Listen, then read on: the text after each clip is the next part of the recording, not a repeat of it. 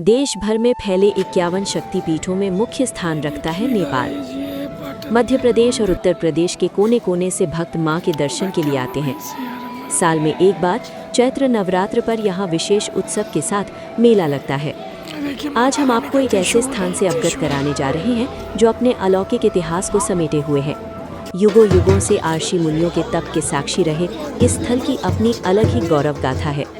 उत्तर प्रदेश के जनपद बलरामपुर की तहसील तुलसीपुर नगर से 1500 मीटर की दूरी पर सिरिया नाले के पूर्वी तट पर स्थित सुप्रसिद्ध सिद्ध शक्तिपीठ मां पाटेश्वरी का देवी पाटन मंदिर स्थित है, जो देश भर में फैले 51 शक्तिपीठों में मुख्य स्थान रखता है। ऐतिहासिक देवी पाटन मंदिर में मां पाटेश्वरी के दर्शन के लिए नेपाल और दूर दराज से आने वाले लाखों श्रद्धालुओं का तांता लगा रहता है। नेपाल, मध्य प्रदेश और उत्तर प्रदेश के कोने कोने से भक्त मां के दर्शन के लिए आते हैं। ये मंदिर भगवान शिव और माता सती के प्रेम का प्रतीक स्वरूप है। माता सती अपने पिता प्रजापति दक्ष के यज्ञ में अपने पति महादेव का स्थान न देखकर नाराज माता सती ने अपमान से क्रोधित होकर अपने प्राण त्याग दिए। इस घटना से क्षुब्ध होकर महादेव ने प्रजापति दक्ष के यज्ञ को नष्ट कर माता सती के शव को अपने कंधे पर रखकर तीनों लोक में घूमने लगे, जिस कारण से संसार चक्र में व्यवधान उत्पन्न हो गया। तब भगवान विष्णु ने माता सती के शव के विभिन्न अंगों को सुदर्शन चक्र से काटकर भारत के भिन्न भिन्न स्थानों पर गिरा दिया। पृथ्वी पर जहाँ जहाँ माता सती के शव के अंग गिरे वहाँ वहाँ शक्तिपीठ स्थापित हो गया। सती का वाम स्कंद पाटव अंग यहाँ आकर गिरा था, इसलिए ये स्थान देवी पाटन के नाम से प्रसिद्ध है। यही भगवान शिव की आज्ञा से महायोगी गुरु गोरखनाथ ने सर्वप्रथम देवी की पूजा अर्चना के लिए एक मठ का निर्माण कराकर स्वयं लंबे समय तक जगत जननी मां पाटेश्वरी की पूजा अर्चना करते हुए साधनारत रहे। इस प्रकार ये स्थान सिद्ध शक्तिपीठ के साथ साथ योग पीठ भी है। देवी पाटन की देवी का दूसरा नाम पातालेश्वर देवी के रूप में प्राप्त होता। कहा जाता है कि माता सीता लोकापुर के ऊपर देवी पाटन मां पाटेश्वरी देवी का मंदिर बना है।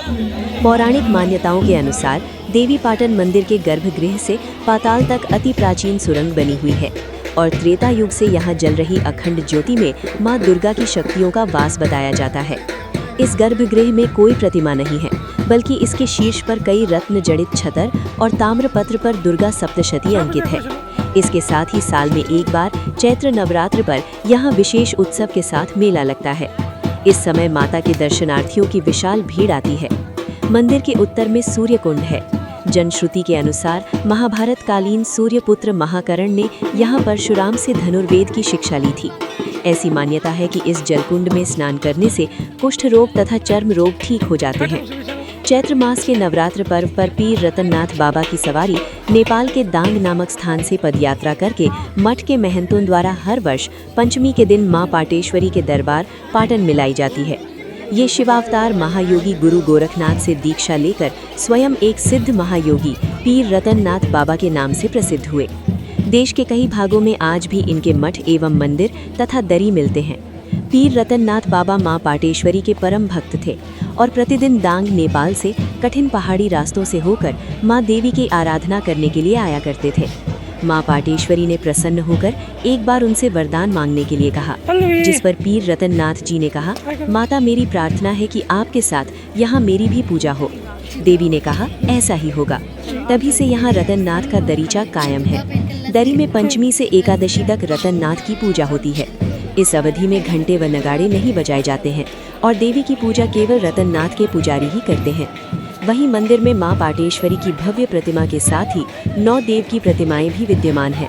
नवरात्रि के दिनों में देवी पाटन में मुंडन संस्कार का भी अपना महत्व है और ग्रामीण अंचलों से लोग मुंडन संस्कार के लिए देवी पाटन पहुंचते हैं, जिसके लिए विशेष मुंडन स्थल बनाया गया है।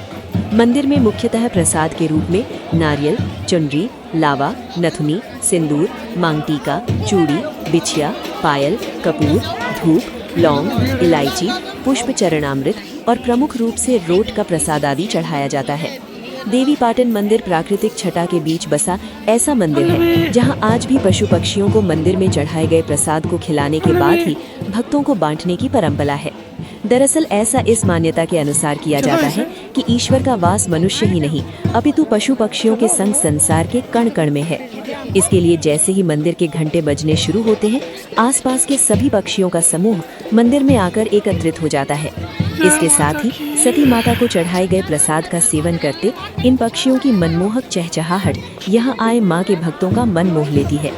इसी कारण यहाँ कई वर्षों से ये प्रथा यूं ही चली आ रही है।